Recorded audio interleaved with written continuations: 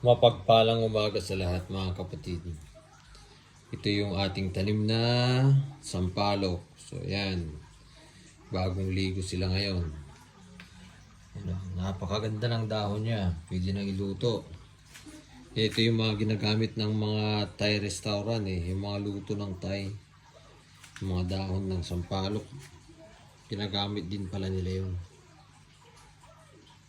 Sa atin ginagamit pero madalang halos bunga lahat.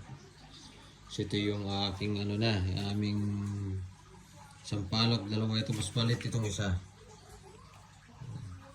Pero ito malaki na, mataba na yung puno niya. Yan. So sana mapalaki ko siya ito, mapalaki ko. At gawin natin parang bonsai. So ayan, bagong ligo ang aming sampalok. Ayan.